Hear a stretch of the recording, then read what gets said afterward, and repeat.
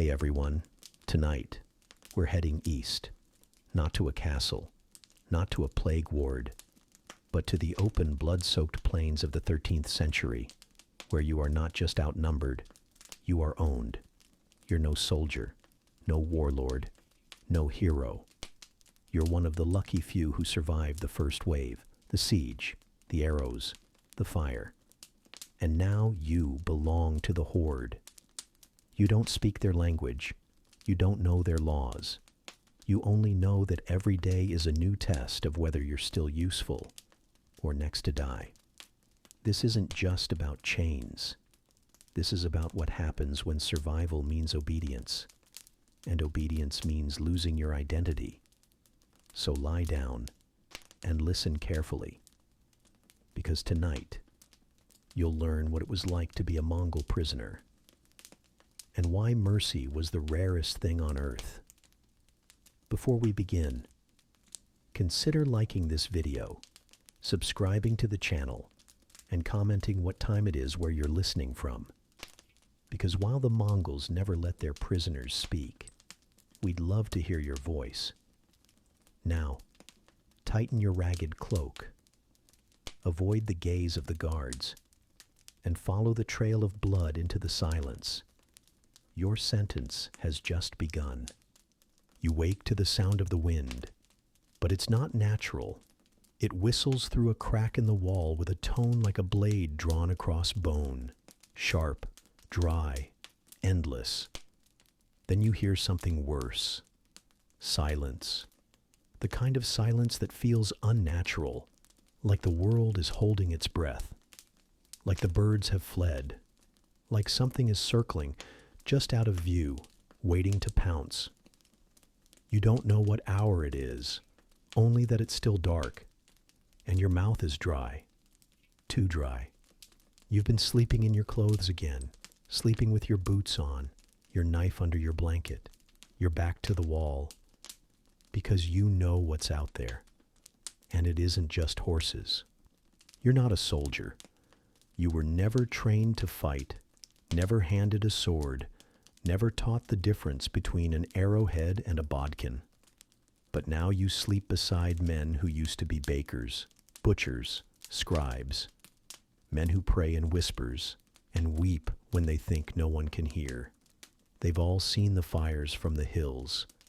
They've heard the stories about the storm that rides on horseback, about the empire with no mercy, about the riders who drink blood and string heads together like charms, the Mongols. You saw one once, or thought you did, a silhouette on the ridge, motionless, too still to be real, and yet your breath caught like prey in a snare. It was the way the horse didn't move, the way the man didn't blink, just watching, waiting. Your city has stone walls, thick ones, reinforced gates, archers on every ledge. You have water stored underground, barrels of grain stacked like a final prayer. The elders say the city has stood for 200 years. It withstood fire, floods, and 2 invasions. But those weren't this. You've heard the traders who managed to get through before the roads closed. They whispered things, shaking, eyes darting, like children afraid of the dark. They ride 1,000 miles without stopping. They bring engineers. They build towers faster than you can pray. They kill everyone, even the dogs. And now the roads are silent. The smoke on the horizon creeps closer, and you hear hoofbeats in your dreams. They came at dawn. No horns, no war cry, just wind, then thunder, thousands of hooves, moving in rhythm, like one enormous beast. You climbed to the roof, looked out, and your mouth went numb. There were no gaps, just motion. An ocean of horses black as iron, men riding low, bows already drawn. They didn't shout. They didn't scream. They didn't need to. The first arrows struck before the bells could finish ringing. Not just one, not just 10, hundreds. screaming through the air like hissing teeth. They didn't aim high. They aimed accurate. You watched a boy beside you clutch his throat before falling off the wall. You didn't even hear him hit the ground. Too many others were already falling. You ran, not to fight, not to help, to hide. The city held for 3 days. 3, that's all. 3 days of smoke and blood and prayers shouted at stone ceilings. They surrounded the walls like wolves in a circle. They cut off food, water. Then they built siege towers, not crude ones. These were perfect, measured, fast. You watched one rise like a skeleton of judgment. And then, on the 3rd morning, it moved. You were underground when they breached the gate. You didn't see it. You felt it. The tremble in the earth, the shouts turning to screams. Then silence again. Not from peace, from death. You crept up the stairs. You opened the door, and the world had ended. Bodies. So many you couldn't walk without stepping on one. Women, children, soldiers face down in red puddles. And there, through the thick haze, you saw them. The riders. They didn't look like monsters. They weren't snarling or foaming or growling like the stories said. They were calm, methodical, precise. One dismounted to slit the throat of a man who had already surrendered.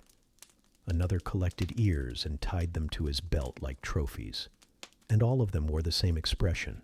Nothing, no hate, no joy, no exhaustion, just focus, like they were stacking bricks or sowing fields. You tried to run, but someone grabbed you. You kicked, screamed, bit. Didn't matter. A blow to the head silenced you. You woke up bound at the wrist, ankle, and neck, surrounded by others, 10, 20, 50, none of them speaking. Some moaned, most just stared. And then the sorting began. They walked down the line. 2 Mongol riders, 1 translator. They pointed. That one, dead. That one, useful. That one, kill him now.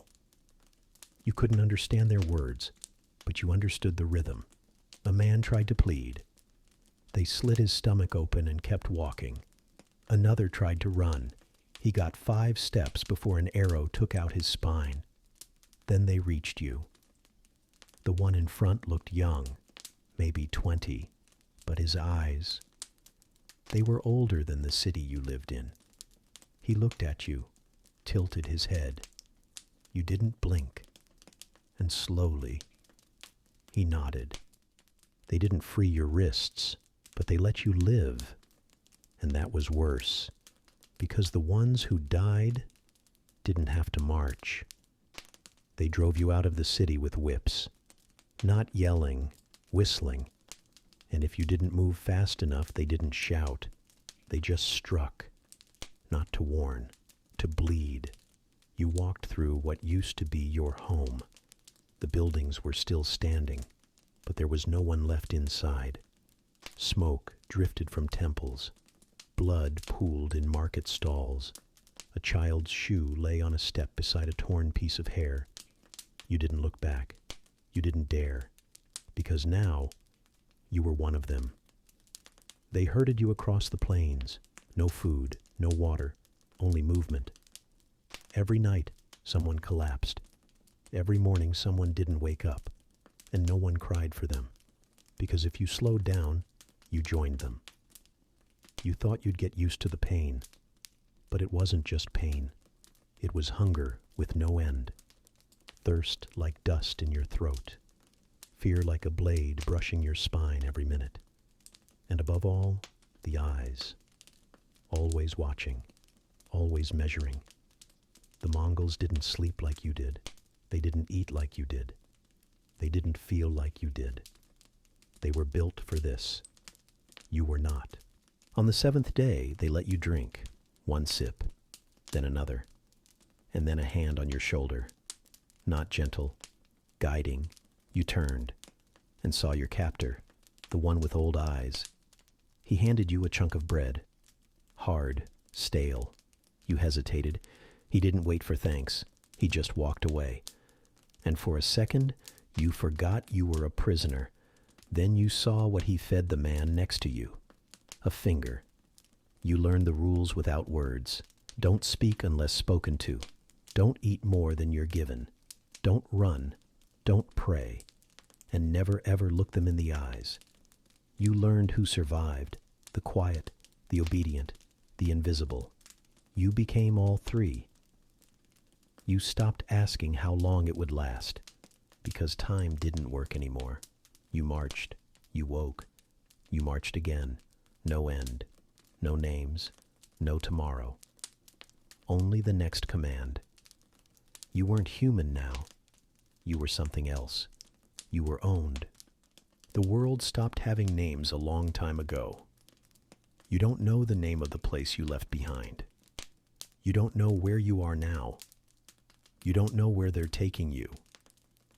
There are no signs, no borders, no cities.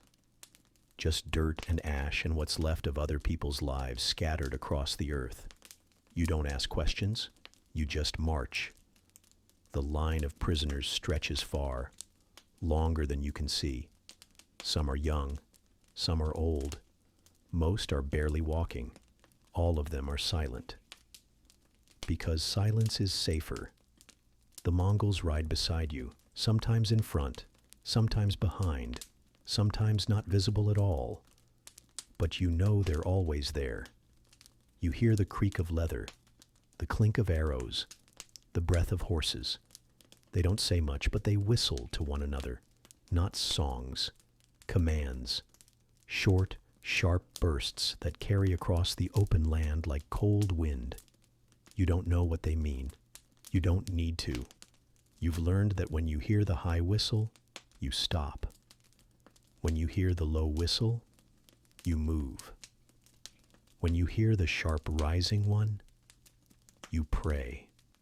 You pass bodies every day. They're not buried. No one stops for them. Some are in pieces. Some are burned. Some are still tied up, hands behind their backs, eyes wide open, mouths full of dirt. You stop noticing after the first 20. You stop counting after the first 100.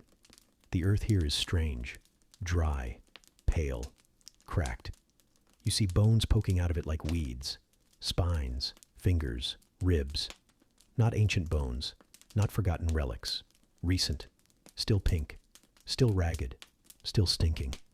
And you step over them like stones in a path, because to step on them might draw attention, and attention is death. You're not alone. Other prisoners walk beside you, but they don't speak. Even if you shared the same language, you wouldn't, because words make you visible. Visible things break. You learn to speak with your eyes. Are you hurt? Are you hungry? Are you still alive? A glance, a blink, a nod. That's enough. One man, 2 rows ahead, stumbles. Just once. A Mongol rider swings down, doesn't speak, doesn't shout, just raises his club. Once. The man doesn't get up, and the line doesn't stop. You sleep in dirt. No tents, no fires, no blankets, just dust and fear. Sometimes it rains. Sometimes it's too cold to sleep. Sometimes wolves circle the camp. You hear them at night. You see their eyes. You start to hope they'll come closer, because what they offer is quick. One night, a woman screams, then stops. You don't turn to look. You've learned what that sound means. In the morning, she's gone. No one speaks of it. No one says her name. You never knew it anyway. Days blur. You lose track of how many. You start to lose track of who you are. You used to be someone, didn't you? A son, a daughter, a stonemason, a poet. Someone who wore clean clothes and walked freely and made choices. That person is gone. Now you are legs, and shoulders, and pain. You are a thing that moves forward until told otherwise. Sometimes they let you stop. You squat. You drink from the same troughs the horses do.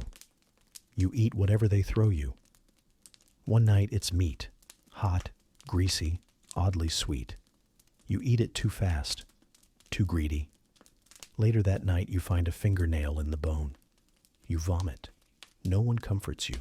No one's surprised. There are children in the line, not many, fewer every day. One girl, maybe 6 years old, walks beside her mother. You think it's her mother? You don't ask.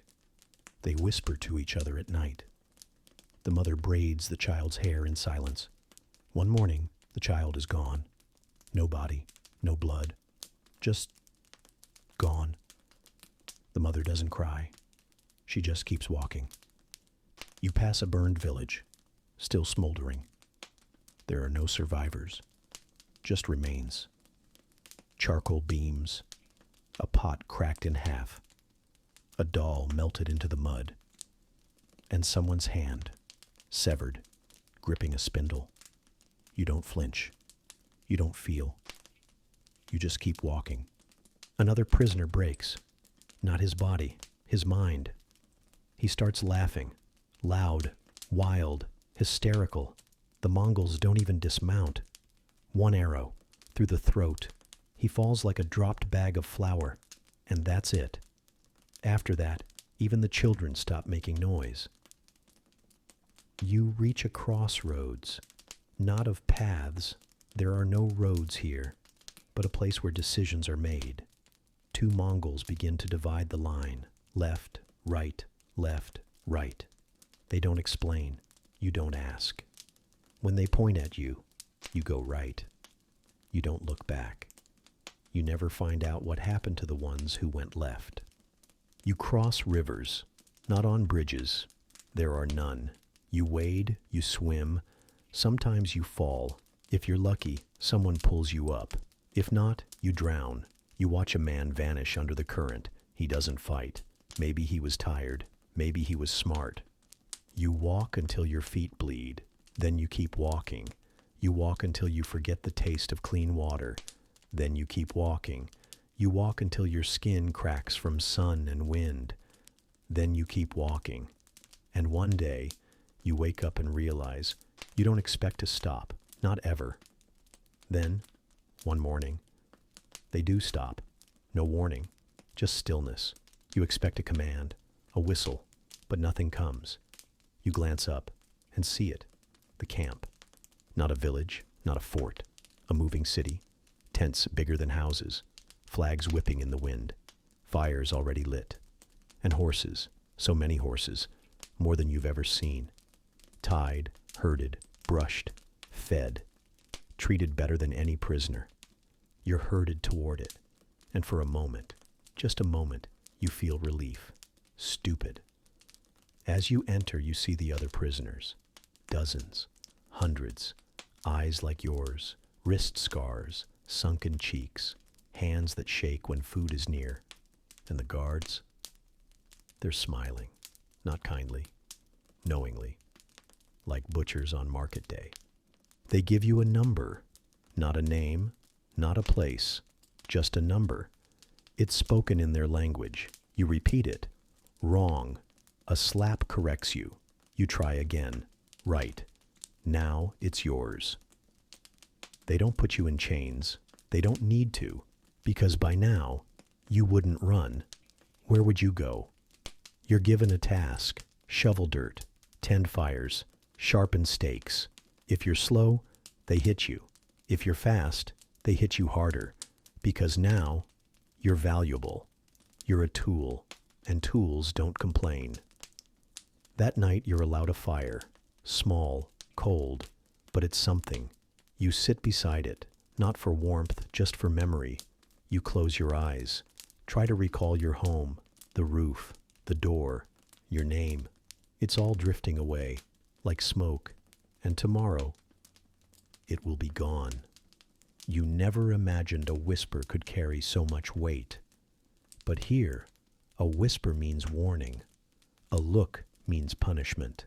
And a mistake means pain. There are no second chances in a Mongol prisoner camp.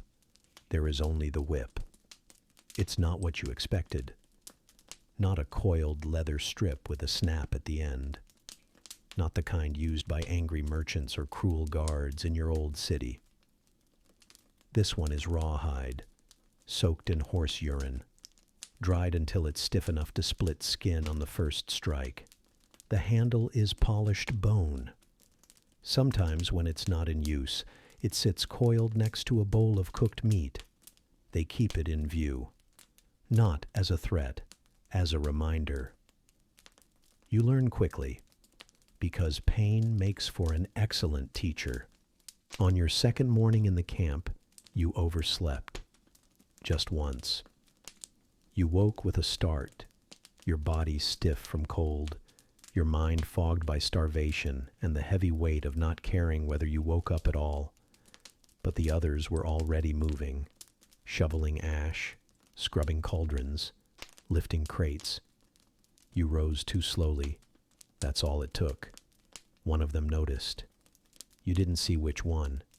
You only felt the whip slice your back open, clean and hot, like the kiss of a forge.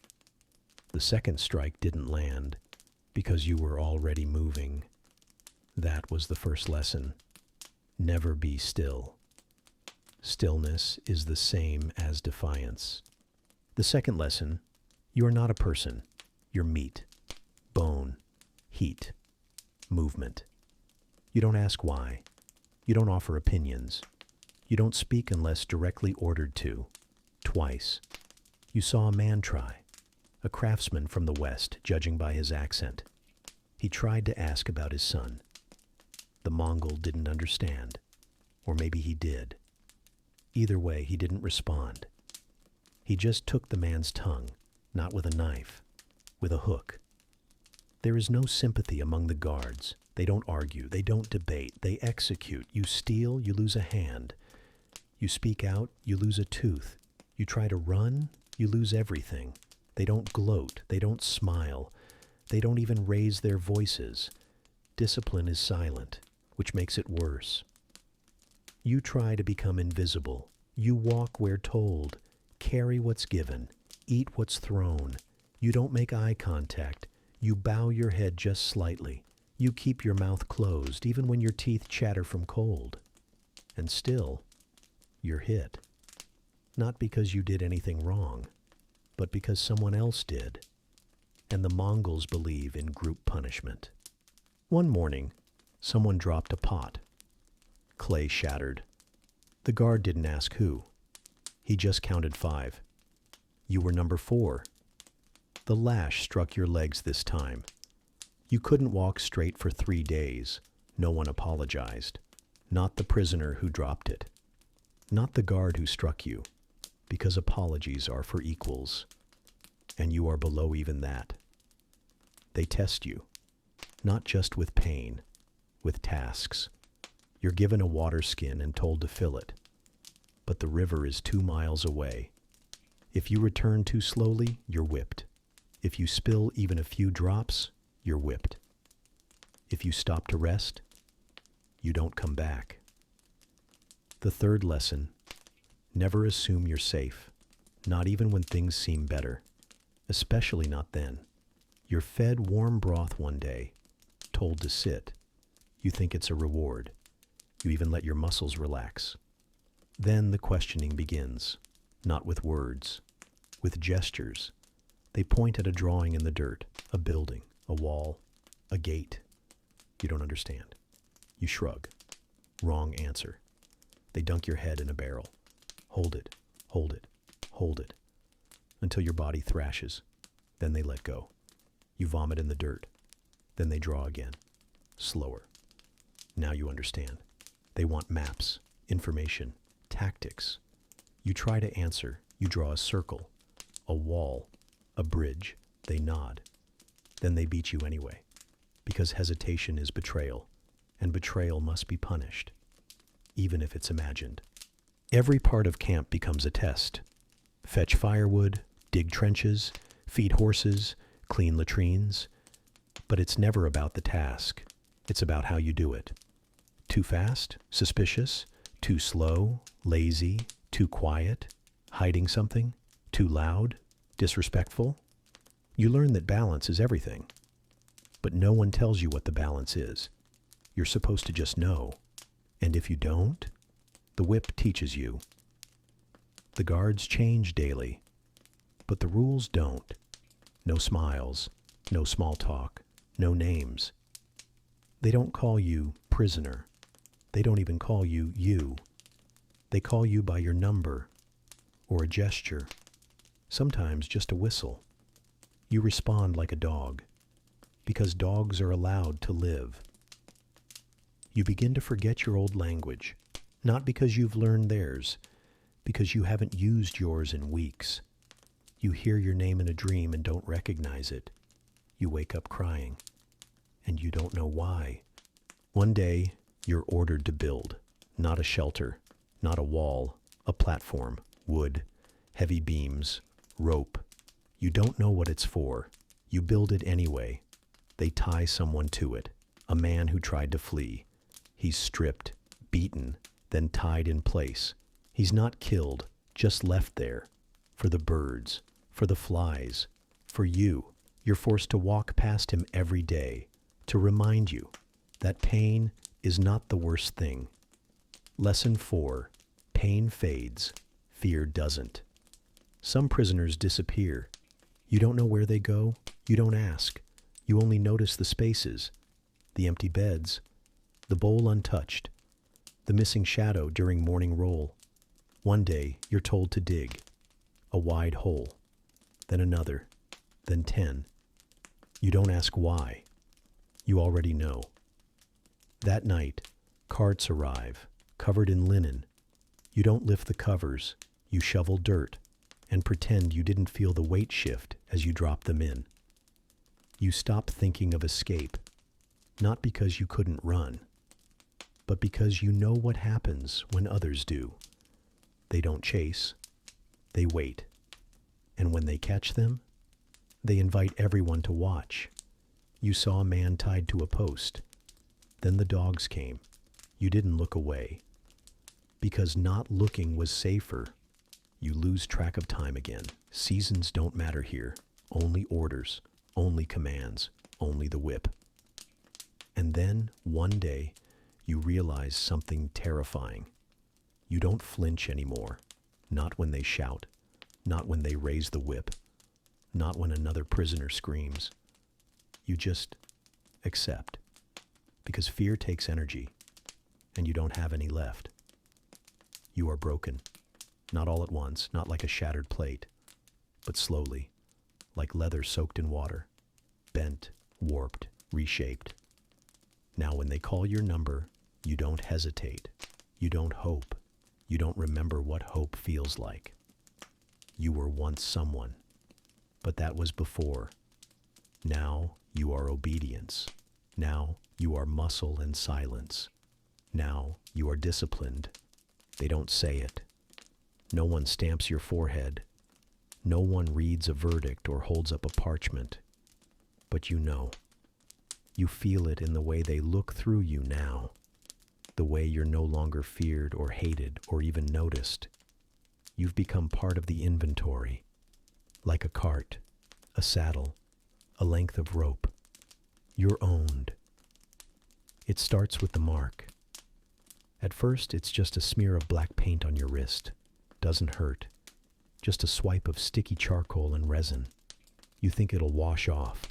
It doesn't. You scrub at it during water breaks. You scrape it against bark and rock. Still there. A brand, not with fire, but with permanence all the same. Others get it too. Some on their arms, some behind the ear. One boy had his dyed onto his tongue. Each mark different. Each mark assigned. You don't know what yours means. You don't ask. Then come the assignments, not just tasks, not chores, roles. You are no longer just prisoner. You are property with a purpose. You're handed a bundle of wool, a blunt needle, told to stitch. You don't know how. They show you. Once. When you get it wrong, you lose a fingernail. You get it right the next time. Your fingers blister, bleed, heal into crooked knots, but the tunics get finished, because if they don't, you don't. Others are made guards, not real guards, just watchers, over other prisoners. They don't speak, they don't move unless ordered. But if someone disobeys, they're made to strike. Sometimes they refuse. Once. Then the whip trains them. Now they don't hesitate. You look into their eyes and see yourself 2 weeks from now. Food is rationed differently now. No longer a collective pot. Now it's by mark. Blue marks get meat. Red marks get grain. Black marks, like yours, get scraps. Fish heads, boiled weeds, sometimes gristle and hoof shavings. You eat all of it, because hunger rewrites the rules of disgust. The guards stop watching you as closely. They know you won't run. Where would you go? Everyone within 20 miles knows the Mongol colors. If you're caught, you're returned. If you're not, you're flayed and strung from a tree. You saw one like that. Wind-burned skin, no eyelids, a crow on his chest, pecking open the rib cage. And even then, he looked freer than you. One night, a commander comes. You don't know his rank by name, only by silence. The others step back when he walks through camp. He's not older than 30. Wears black fur, a dagger with a gold hilt. His horse's hooves are cleaner than your entire body. He looks at you. You lower your head. He stops, touches your shoulder. You go cold. Then he points. To the hill. You nod. And follow. At the top there's a yurt, not like the others. This one has rugs, a fire pit, a table with polished bone dice. He sits. You stand. He gestures. You kneel. A bowl of broth is placed before you. You don't touch it. Not yet. He waits, watching. Finally, he says a word, just one. You don't understand it, but his tone is curious. He gestures again, to the bowl. You eat, slow, measured. Afterward, he points to your hands, looks at the needle scars. Then he snaps his fingers. A boy enters with cloth. You're told to make something. Now. You do. You stitch. He watches. You finish. A crude glove. He nods. Dismisses you. You bow. Back out. Heart pounding. You weren't punished. You weren't rewarded. You were evaluated, like a tool at market. The next day, your rations increase. You're moved to a new tent. Fewer people, fewer smells, less screaming at night. And for a moment, a terrible thought creeps in. Is this better? Then you see what better costs. The girl from 2 tents over, maybe 14, is dragged out by her hair. She tried to hide food. They don't whip her. They don't strike her. They strip her, tie her to a post, leave her there overnight. In the morning, she's gone, and her tent is silent. You sew faster after that, neater. You sharpen your needle yourself. You don't ask for thread. You collect it from scraps. You become useful, because usefulness is armor. You're given a new mark, on your forearm this time, a symbol, branded with ash and glue. This one hurts. The pain stays for days, and beneath it, something worse, recognition. The other prisoners look at you differently now, some with fear, some with envy. You don't like either, because you're not like them anymore. You're owned in a new way. You're summoned more often, mended saddle straps, leather bindings, even boots, always in silence, always under watch. Sometimes the commander watches too, never speaking, just weighing you, like you're a slab of meat being measured for fat content. Once, a new group of captives arrives, fresh from a raid, 30 maybe. You're sent to help strip them. Take belts, shoes, cloaks. One of them spits at you, calls you traitor. Slave. You don't respond. You don't look him in the eye, because he doesn't understand. You're not betraying anyone. You're surviving. You start speaking to no one, even in your head. Too dangerous. Thoughts lead to memories. Memories lead to pain. Pain leads to weakness. And weakness is hunted. One morning you find a bone. Small. Maybe a bird. You carve it. Not on purpose. Just a twitch of your fingers. A nervous tick. A line. Then another. Before you realize it, it's a shape. A face. Yours. Or what you remember of it. You bury it before anyone sees. Because property isn't allowed to make things. Only repair them. You stop measuring time in days. Now it's in tasks. How many boots you've sewn. How many whips you've oiled. How many lashes you've seen land without blinking. That's your new calendar. That's your new language. Then one evening, the commander calls again. Same yurt. Same silence. But this time, he gestures to sit. You hesitate, then obey. He speaks. Slow. Careful. You understand 3 words. One is useful, another is ride. Then he points to the horizon, and you understand. You're being taken somewhere else, not released, not freed, transferred, because when a tool proves valuable, it's passed along. Not praised, not rewarded, just reallocated. You nod, you bow, you return to your tent, and for the first time in weeks, you cry. Not loudly, not with sobs, just a few tears, quiet, hot, because now it's real. You will never leave this world, never go home, never reclaim a name, never eat with your hands on your own table. You are a thing, and things don't go free. Tomorrow they'll take you west, or east, or somewhere else that needs hands and silence. You'll serve, you'll stitch, you'll bleed. And if you die, someone else will take your place, someone already watching you. You are property now. And the most terrifying part? You've stopped wishing you weren't. You wake before the sun rises, not because they told you to, because you can't sleep, not with the knowledge that today you'll be taken, not killed, not freed, just moved. You're a possession now, and someone else has bought your usefulness. You're not told who, or where, or why. Only that you are no longer theirs.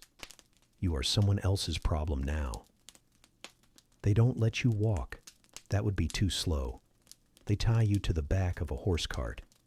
You're not the only one. There are 3 others, 2 men, 1 child, all marked like you. Functional, broken, quiet. No one speaks. The cart starts moving. And just like that, you're on the road again. It's different this time. You're not marching as a captive. You're being transported as an object. The Mongol guards don't glare or threaten. They barely look at you. Because a bag doesn't need watching. A basket doesn't misbehave. You feel it in their indifference, and somehow, that's worse. You pass towns this time, burnt, boarded, empty. Signs of war long gone, charred wood, blackened wells, a child's toy half buried in ash. You don't ask what happened. You already know. One evening you stop near a river. You're unchained for a moment, allowed to drink, not out of kindness, because dead cargo is worthless. You kneel by the water, sipping like an animal. Beside you the child stares at his reflection, thin, pale, eyes too large for his skull. He whispers, "Is that still me?" You don't answer, because you're not sure about your own. The camp that night is quiet. Too quiet. No fires, no singing, just meat and commands. You sleep under the cart, waking every hour, expecting a hand, a blade, a new order. But none come, because they don't care anymore. You're not a risk. You're a thing. Days pass, or weeks. Time warps when you're in a cage with invisible walls. The only measure is pain, and yours has become routine. So when the cart finally stops outside the new camp, you feel nothing. Not fear, not hope, just numb curiosity. Where are you now? It's not a prison, not exactly. It's a logistics camp. You see crates, wagons, tents built for counting, not comfort. Everything here is labeled, tallied, managed, and now you're part of that system. A scribe inspects you, takes notes. Not about your name, you don't have one. He notes your condition, your scars, your calluses, your eye color. You hear the word functional, then he stamps your wrist. A red square, another mark, another proof that you are a product. You're sent to a work detail, rope making, tedious, repetitive, hard on the hands. The fibers tear at your skin. The wheel spins for hours. You finish a coil, then another, then another. No one says good. No one says enough. Just silence and spinning and skin rubbed raw. Sometimes the guards talk, not to you, around you. One jokes that prisoners make better rope than horses.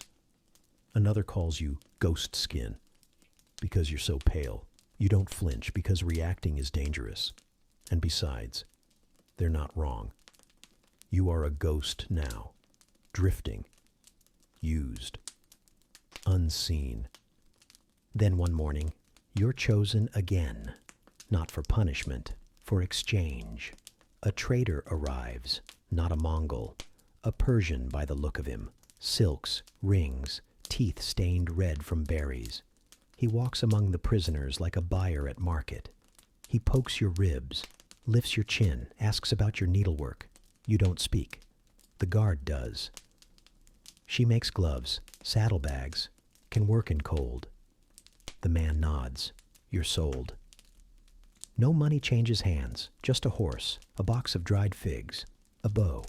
That's your price, not even a good bow. You don't say goodbye to the others. There's nothing to say. You leave with the trader that afternoon, riding in the back of his wagon beside jars and carpets and one terrified goat. You are now merchandise. Not even a prisoner anymore. Not even marked by the Mongols. Just owned. His name is Farid. He tells you once, then never again. He speaks to his animals more than to you. You learn by watching. You load. You unload. You polish saddles. At night, you sleep under the stars. He gives you half a blanket. You take it. Because half is more than none. He's not cruel, but he's not kind. You are a means. He tells you that one day. Everything must carry its weight, he says, even silence. Weeks pass. You pass through border towns, outposts, caravans. You see people again, but you don't speak. You don't want to draw attention. You don't want them to see what you are. Once, a woman approaches you in a market. She speaks your language, asks your name. You freeze. She sees your wrist, the mark, the posture, and her face hardens. She walks away. You never see her again. You begin to dream of doors, not homes, not temples, just doors, and the fear of what lies behind them. Every time you try to open one, a voice says, "Not yours." You wake with your fingers clenched, trying to turn a handle that doesn't exist. Farid sells you again to a smith. He needs an apprentice. Doesn't care that you're not a boy. Doesn't care that you don't speak. He teaches with blows and nods. You learn. Metal burns. Hammers bruise. But you learn. Because the only other option is the street, and the street is death. The smith's wife avoids you. His sons laugh behind your back.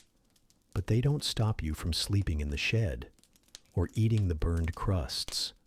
So it's a kind of life, if you can still call it that.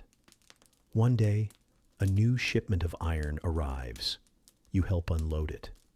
And in the pile of scrap, you find something, A coin, familiar, from home. You hide it in your mouth. Later you bury it in the ash pile behind the forge. You don't know why, just that it felt like a heartbeat. A week later, soldiers arrive. Not Mongols, local enforcers. They inspect the forge. They inspect you. You hold still, too still. They notice. They pull back your sleeve. See the mark. Who owns this one? The smith shrugs. She works. Not enough. They grab you, drag you to the cart. No trial. No questions. Because property needs paperwork. And you don't have any. You're back on the road, but not as a worker. Now you're contraband. This time there are no guards, just ropes and silence. The cart rattles, the road stretches, the future disappears again. Because ownership can't protect you, because property has no rights, because no matter how many times you change hands, you are still the cursed thing. No one speaks to you for 3 days, because no one knows what you are. Not a soldier, not a slave, not a citizen, not a prisoner, at least not officially. You're a gap in the ledger, a problem that fell between 2 names, and that's the worst thing to be here. Not hated, forgotten. The men who took you in the last town were local, mercenaries most likely, paid to police paperwork, to sniff out border violations, untagged property, unpaid tributes. You weren't wearing the right color, didn't have the right seal, so they chained you, just in case. They think you're stolen goods, but no one steps forward to claim you. Not the smith, not the trader, not the Mongols. You're invisible again, but not in the safe way. They lock you in a small pen at the edge of a garrison camp. Wooden slats, dirt floor, flies, always flies. No fire, no blankets, no name. You huddle in the corner, bones poking through skin, tongue dry from thirst. At night, soldiers pass by, laughing, grunting, drunk on stolen mead. You pray they don't see you. Worse, you pray they do, but keep walking. That's the level of hope you're down to. Eventually, an officer inspects you. Middle-aged, clean armor, missing half an ear. He doesn't speak your language, but his face says enough. Disappointment, annoyance, exhaustion. You're not worth paperwork, but leaving you to rot could get him in trouble. So he decides the next best thing. He assigns you to punishment duty, not because of anything you did, but because someone has to pay for the confusion. You're given to a sergeant. She's tall, thin, wears boots with iron toes. She doesn't strike you. She makes others do it. First task, latrines, not cleaning them, digging them, 6 feet deep, in frozen ground, with your bare hands. She gives you a wooden spoon. You thank her. She laughs, then breaks it, and tells you to keep digging. Days blur. You don't eat every day. Only when someone remembers, or pities you. Sometimes you lick dew from the wood posts. Sometimes you chew grass, pretending it's bread. You forget what full feels like. Your belly stops growling. It just aches. A dull, permanent ache, like an old injury that never healed. One morning you're dragged to a courtyard. A man has escaped. Not you, someone else. But someone has to suffer for it. So they choose you. You're tied to a post. A crowd gathers. Some cheer. Some look bored. Some don't watch at all. The soldier with the whip doesn't hate you. He's just doing a job. The whip lands. It burns. Then it doesn't. Because the nerves give up. Your mind shuts down. You fall forward at some point. You don't remember standing back up. But you must have. Because you're here. They don't kill you. They leave you on display. Face down. Back open. Blood pooling near your ankles. Someone spits on you. Another kicks dirt. Eventually, night falls. And with it, cold. You shiver until your skin goes numb. Then you stop shivering. That's when someone drags you inside. You wake up in a stable, next to a mule. Your back is stuck to the straw with dried blood. You turn over, slowly. Every muscle screams. But you're alive. A boy enters, maybe 10. He hands you a cloth soaked in something that stings. You wince. He shrugs, makes it clean. You nod. He leaves. No one else does. You're not assigned tasks anymore. You're assigned blame. Every broken tool, every missing item, every cracked plate. It's your fault. Even if you weren't there. Even if you've never touched it. You are the placeholder for punishment. And punishment is the only language they still speak. So you learn to disappear within your own body. You walk like smoke, float through corridors, behind tents, under carts. You steal scraps not for food, but to hide. A heel of bread here, a strip of cloth there. You build a nest behind the forged chimney. That's where you sleep now. That's where you bleed in peace. And yet, the dreams persist, not of escape, not of home, of recognition. Someone calling your name, not the number, not the mark. Your name.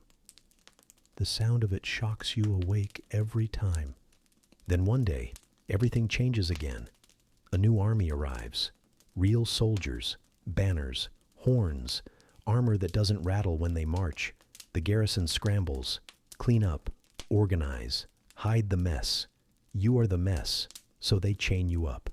Behind the watershed, covered in a tarp, like a broken tool they're ashamed of. But the new general notices. He hears you coughing. He lifts the tarp himself. His eyes widen, then narrow. You think he'll order your death. Instead, he says a word. Interpreter. Someone comes. They speak your language, ask your name. You don't answer. You've forgotten how. So they ask again, slower, softer. You try. It hurts. But the word leaves your lips. And for the first time in what feels like centuries, you exist. The general orders you bathed, fed, treated, because he wants information. And you're the only survivor from a Mongol logistics post he's heard rumors about. You're not a prisoner now. You're a witness, but not for long. The general is called away. His army moves. And you're left behind. Again. No orders, no escort, no assignment. Just left. In the middle of a city that doesn't know what to do with you. So they punish you for existing, for not dying when you were supposed to, for being unfiled. But deep down, the worst punishment isn't the lash. It's the knowledge that you were traded, sold, forgotten, broken, and no one missed you, not once, not anywhere. You are a ghost with a heartbeat, and even that is a curse. You don't remember how many days it's been, but your feet have blisters where shackles once were. You're walking now, alone for once. Not dragged, not tethered, not lashed. Still, you move like a shadow. Quiet, weightless, temporary. Because deep down, you no longer believe you're alive in the way others are. You're something else, something in between. You ended up here, wherever here is, after the general's army left. No orders, no handoff, just a nod and the words, "She's free," whatever that means. Because freedom isn't what you thought it would be. You thought it would feel like warmth, like breath, like finally exhaling after holding it for years. But it doesn't. It feels like floating in space, weightless, directionless, alone. No one in this town knows what to do with you. You have no trade papers, no citizenship, no family name to whisper at temple doors. You're uncounted, untied, unclaimed, and that makes you suspicious. They let you sleep in the abandoned granary on condition that you leave by sunrise. You do, every morning. Even before the rooster cries, you sit by the riverbank, wash your face, pretend you're someone new. It never works. You try to barter. Gloves, ropes, even crude sandals. Some villagers accept, most don't, because they recognize something in your eyes, something wild, something cursed. Once you hear a child whisper to his mother, "Is she the ghost woman?" The mother doesn't answer, but she pulls him away. And later you find a line of salt at the granary door, not to ward off rats, to ward off you. You laugh, quietly, because it's funny. You're finally unchained, and people fear you more than ever, not because of what you'll do, but because you survived, and that to them is unnatural. One day, the village elder calls for you, not in kindness, out of obligation. Someone has died, a cobbler. No children, no wife. The tools must be handled, inventory checked. They don't want to touch it, so they send you. Because if the ghost woman opens a ghost's house, maybe the curse will cancel itself out. The shop smells of dust and leather. You recognize half the tools, the others you pretend to. You catalog everything, quietly, efficiently, because even now, after everything, usefulness is still your language. When the elder returns, he finds you stitching a soul. He pauses, then grunts, leaves you there, doesn't say a word. That night, you sleep in the workshop.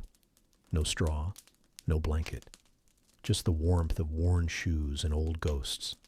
You dream of your father, not his face, just his hands, calloused, gentle. You wake with your cheek pressed against a boot, and for a moment it feels like his palm. You cry, but silently, because ghosts don't weep. By the end of the week, they've forgotten to kick you out, so you stay. You fix what's broken, repair what's torn, trade your work for food quietly. You become a fixture, like a broom in the corner, like a cobweb no one bothers to sweep. Not welcome, but no longer driven out. Still, they don't speak to you. Not really. Except one, a boy, no older than 12, always limping, always curious. He watches you from the doorway, never enters.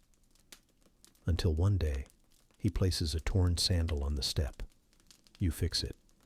He returns 2 days later. This time, with a smile. You don't speak, but you nod. He begins to leave you scraps, bread crusts, a boiled egg. In return, you mend his clothes. No words, just trade. And in that silence, a flicker of something dangerous grows. Hope. Then comes the rider. He doesn't wear armor, doesn't carry weapons, but the village freezes all the same. He carries a seal. Mongol, official, terrifying. He asks for you by description, not name, because no one remembers your name, but they all know you. They point him to the shop. He enters, smiles. You've been hard to find, he says. You say nothing. He places a satchel on the bench, unrolls a parchment. It's a list, names, marks, dates. One of them matches yours. He looks you in the eye. You're not supposed to be free. He speaks with no anger, no urgency, just certainty, like a man returning a tool to a misplaced drawer. I'm here to fix the mistake, he says. You say, no. The word cracks like a dry bone. He raises an eyebrow. You add, I was freed. He shrugs. By who? You hesitate, because you can't remember the general's name. He smirks. That's what I thought. He tells you he'll return in 2 days. If you come willingly, no punishment. If you don't, he says nothing. Doesn't need to. You've lived this story before. That night the boy doesn't come. No scraps, no sandals. You sleep with a hammer beside your head, By morning, your hands tremble, not from fear, from fury. You finally understand the curse. It's not pain, it's not shame, it's survival without reason, being passed from owner to owner like a bag of bones, until even you forget you were once human. And the moment you try to claw your way back, the past drags you down. You leave the shop at dusk, walk through the fields, toward the hills, where no one goes, where the trees grow too tightly and the wind forgets to whisper. You dig with your hands through leaves and frost until you reach it, the coin, the one you buried months ago, from home. You clutch it now, tight, your whole story pressed into one rusty circle. You don't cry, you don't run, you don't pray, you decide. The next day, the rider returns. You're waiting, behind the bench, hammer in hand. He enters, says your name, your mark. You step forward. He doesn't flinch. Are you coming? You nod, then smash his kneecap. He screams, falls. You take his satchel, his seal, his list. You burn them. You take his horse. You ride, not toward safety, just away. No destination, no plan, just distance. Every hoofbeat a heartbeat you thought you'd lost. Every breath a middle finger to every hand that ever marked your skin. You are no longer property. You are no longer forgotten.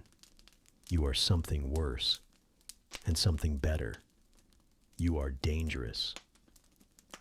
And that is the most human thing you've felt in years. You don't sleep for 2 nights. The rider's blood is still under your nails. The memory of his face, twisted, betrayed, almost amused, burned into your skull. You thought you'd feel relief, freedom, rage fulfilled. But what you feel is worse than all of that. You feel seen. Finally, undeniably, violently, seen. The horse carries you past the edge of known land. No towns, no guards, no questions, just cold and open sky, and silence that feels earned. You speak to the horse sometimes, not in words, in murmurs, in hums, because you've learned something important. Even demons need lullabies. A week in, your leg gives out. You collapse near a stream, shivering, delirious. The infection is back, from the old lash scars, from the soil, from the filth they shoved you into. Your skin burns, your vision blurs. You laugh. Figures, you're finally free. And now your body decides to give up. But it doesn't, not fully. A woman finds you. She says nothing, pours something hot into your mouth, wraps you in wool that smells of salt and bark. You drift, in and out. Her hut is small, dark, smells like boiled roots and drying fish. You hear whispers, not from her, from inside your own head. You see flashes, whips, forges. Your own hands trembling as you sew a shoe too small for a child who didn't return to pick it up. The woman says one thing eventually. You've seen the dark. You nod. She says, you brought it with you. She doesn't chain you, doesn't ask your name, doesn't offer hers, but she shows you how to mash herbs, how to brew smoke that clears the lungs, how to mark symbols on the door to keep rats away. And for a while, that's enough. You survive. Again. But rumors start. People in nearby hamlets speak of the Ashen Girl, the one who wandered from death itself, who eats silence, who doesn't flinch at pain. Children dare each other to touch your path. Women avoid your gaze. Men talk about you in taverns. One says he saw you drink blood. Another says your eyes glow when the moon is full. You don't correct them, because you've learned, if they call you a demon, be one. Soon they come to you for cures, a poultice for a wound, a charm for fertility, a salve for night terrors. They leave coins, sometimes bread, sometimes questions. You never answer the last. You just watch them squirm. Because the fear is the only protection you've ever had that actually worked. The woman dies quietly. One morning, she simply doesn't wake. You bury her near the stream. No ceremony, just stones. You carve no name, because you never knew it. And maybe that's fitting. A ghost buried by a ghost. After that, you stop waiting for kindness. You embrace the role. You walk barefoot through snow. Not because you have to, but because they need to see it. You stare too long, speak too little, refuse to blink when dogs snarl. Soon, you're more than a woman to them. You're a warning. Then the Mongols return, not in an army, just a band, 5 riders, a tax patrol, looking for tribute, livestock, labor. They reach your village. You see them from the tree line. You could run, but you don't, because you're tired, because you're curious, because you want them to see what they made. They don't recognize you. Of course they don't. You're not bones anymore. You're fury, with legs. One rider laughs at your hut. Another spits at your stew pot. You step forward, and when he reaches for your face, you bite. Hard, through skin, into tendon. He screams. His friends draw weapons. But something about your eyes makes them pause. You don't blink. You don't bleed. You just wait. They leave that night. No tribute collected. No livestock taken. Just one wounded soldier and a story that grows teeth with every retelling. Don't go to the mountain edge, people whisper. She lives there. She's cursed. She survived the horde. It becomes legend. The woman who cannot die. The slave who bit back.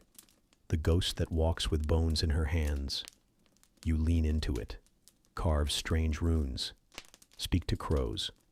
Bury trinkets in the snow where children dare not dig. And they leave you alone, which at last feels like power. But one winter you hear new riders. Not Mongols. Not locals. Slavers. They've heard the stories. Want to see if the demon bleeds gold. They come with rope, nets, salt for your eyes. They find your hut empty. They find your fire cold. But they don't leave. They wait. You watch from the ridge, high above, wind in your face, the coin from your past still in your palm. You close your fingers, hard. Because this time, you don't want to run. You want them to fear. That night, the snow howls louder than any scream.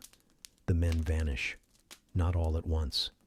First the youngest, then the cocky one, then the one who bragged about breaking women's fingers. You don't have to touch them. You just move, just exist. Just let them see your shadow once across the trees, or your eyes, briefly, behind the smoke. They leave after 3 days, sobbing, cursing. 2 are missing. One swears he saw you float. You don't deny it, because now you're not surviving anymore. You're haunting. Snow melts slow in these parts, not because of the sun, but because of the silence.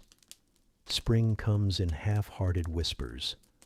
A thawed puddle here, a green sprout clawing through frost there. But even nature treads carefully where you walk, because your legend has grown roots deeper than the trees, and yet you still wake up most mornings feeling like ash. You've stopped measuring time in days. Now it's visitors, each one a story, each one a threat, each one a reminder. You are not done running. One morning, a woman arrives at your hut, not frightened, not armed, just steady. She wears a coat stitched with symbols you don't recognize. Her eyes are bright, too bright. She places a bowl on your doorstep. It's full of berries, warm bread, and a ribbon, red. You don't touch it for hours, because red used to mean ownership, a mark, a bloodline, a chain disguised as silk. But this time, no one follows. No whip, no patrol, no shout of the marked one. Just silence and steam rising from the bread. On the third day, she returns. You open the door before she knocks. This surprises her. She smiles. I hoped you'd still be here, she says. Her voice is calm, not soft. Calm, like a blade resting in its sheath. She doesn't ask who you are. She tells you. You're the survivor from Orkhan, she says. You blink, because that was decades ago. You hadn't heard that name since your village burned. I was 6 when the Mongols came, she continues. My mother carried me through the river, but I remember your face. You shake your head. No, that's not... She steps closer. It was you. You shielded a group of children with a door plank. You bled, screamed, didn't run. You remember the door, but not the children. You remember the fire, but not your bravery. You remember surviving, not saving.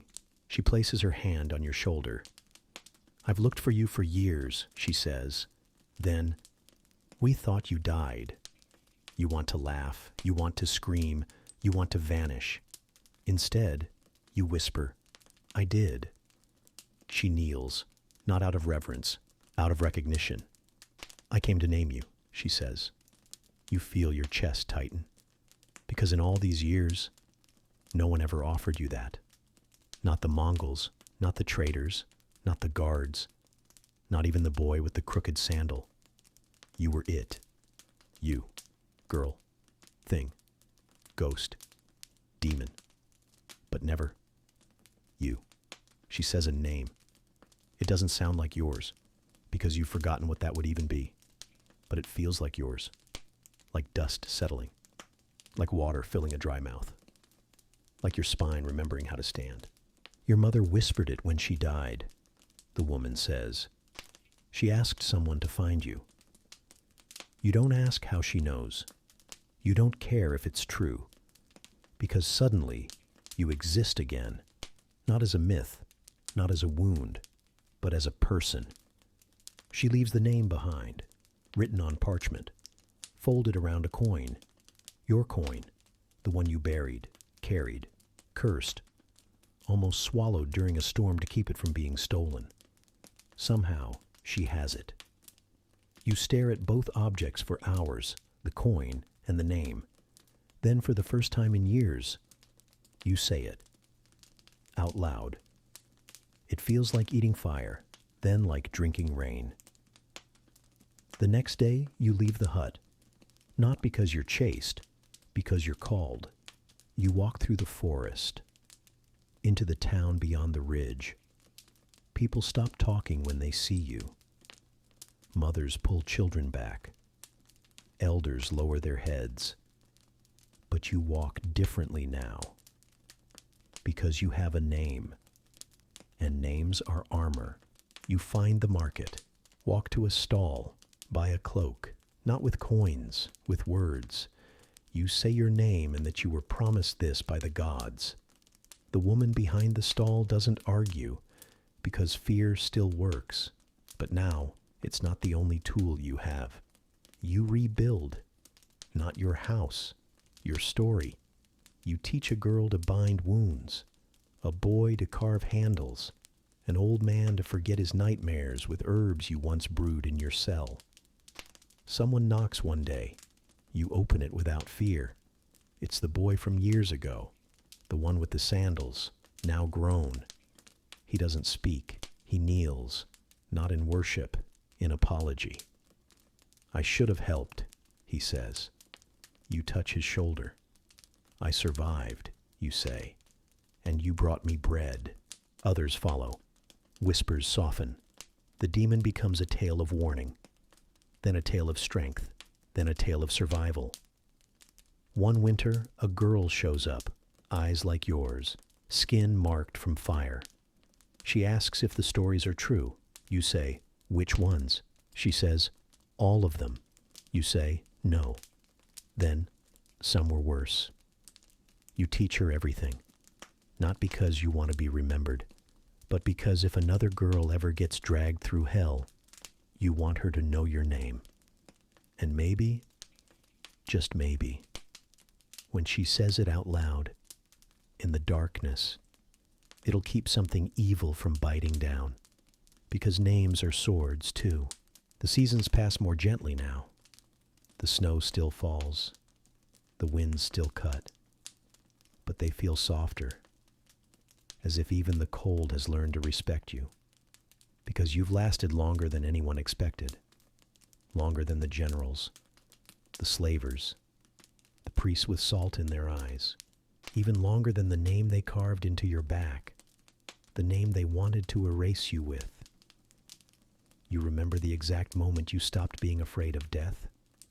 It wasn't the battlefield, or the cage, or the exorcism, or the brands.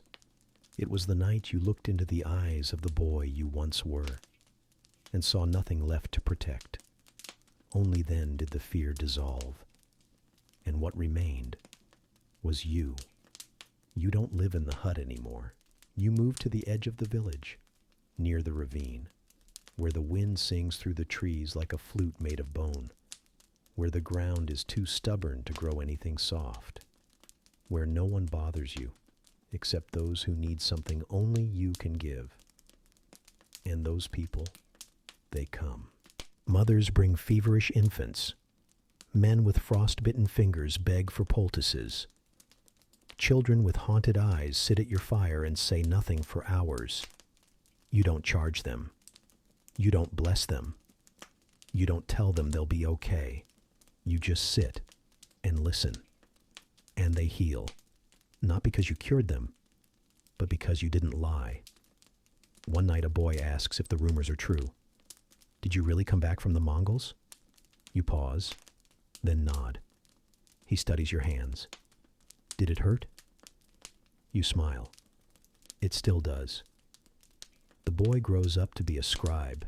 He writes your story in secret, leaves it behind in the town archives, without your name, but with your voice. Every cracked bone, every scream swallowed, every ember of resistance that refused to go out. Years later, that scroll saves another girl. She reads it before a raid, runs instead of waiting, fights instead of pleading, survives, because she knew survival was possible, because you proved it. Your hands tremble more now. You forget names, faces, sometimes days at a time. But one thing remains constant, the coin, still tucked in your pocket, still cold against your thigh, still heavier than it should be. Some nights you press it into your palm until it leaves a mark, like a tooth. A reminder that you cost something, and you paid. The woman with bright eyes, the one who named you, she visits once a year, on the last frost, brings red berries and quiet questions. You never answer most of them, but sometimes you tell her a new detail, like the shape of the room they first locked you in, or the sound of burning thatched roofs, or how long a scream echoes when it's the only sound left in a valley. She writes it down, never interrupts, just lets you bleed memory into her pages. And when she leaves, she always says, "You're more than what they did to you." You don't always believe her, but you always nod.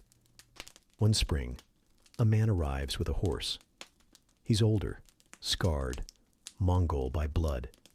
He doesn't come for war. He comes to kneel. "I heard you lived," he says. You recognize the voice. A boy once, from the camp, who hid food under his mat for you, who cried when his father made him throw stones. Now he's gray and shaking. "I needed to see," he says, "if a ghost could outlive her killers." You don't answer. You simply hand him a cup of boiled herbs, and for the first time in decades, you both drink without fear. The villagers call you Auntie now. The children draw your hut in charcoal, Make little dolls with long cloaks and bright eyes. Pretend you ride wolves and speak to stars. You let them believe it. Because that's what you are now. A myth wrapped around a truth no one wants to face. That you were real and small and powerless, and still you lived. You don't die screaming. You don't die chained. You don't die forgotten. You die sitting at your fire, watching embers flicker like distant soldiers marching away, the coin in one hand, the name in the other, and on your lips, a smile, because the girl they tried to erase became legend. The children find you. They don't cry. They say, "She went home." And maybe you did, but not to a place, to a truth, to the one you built from ash and teeth and silence, the one they never expected you to keep carrying, but you did, all the way to the end. And long after your body turns to dust, they still tell your story, in whispers, in warnings, in lullabies, because you weren't just a prisoner, you weren't just a demon, you weren't just a ghost, you were the refusal to die. And in every girl who runs, who fights, who survives, you rise again. If you've made it this far, first of all, well done. You've survived chains, starvation, blood-soaked marches, and the silence of your own forgotten name. Second, if your eyes are still open, consider liking the video, subscribing to the channel, and commenting below what time it is where you're listening from, because nothing unites survivors quite like sleepless nights and the stories they carry alone. Now, blow out your ember lamp, tuck that coin under your pillow, and rest easy. The horsemen are gone. The cage is empty, and your name, your real name, is finally safe.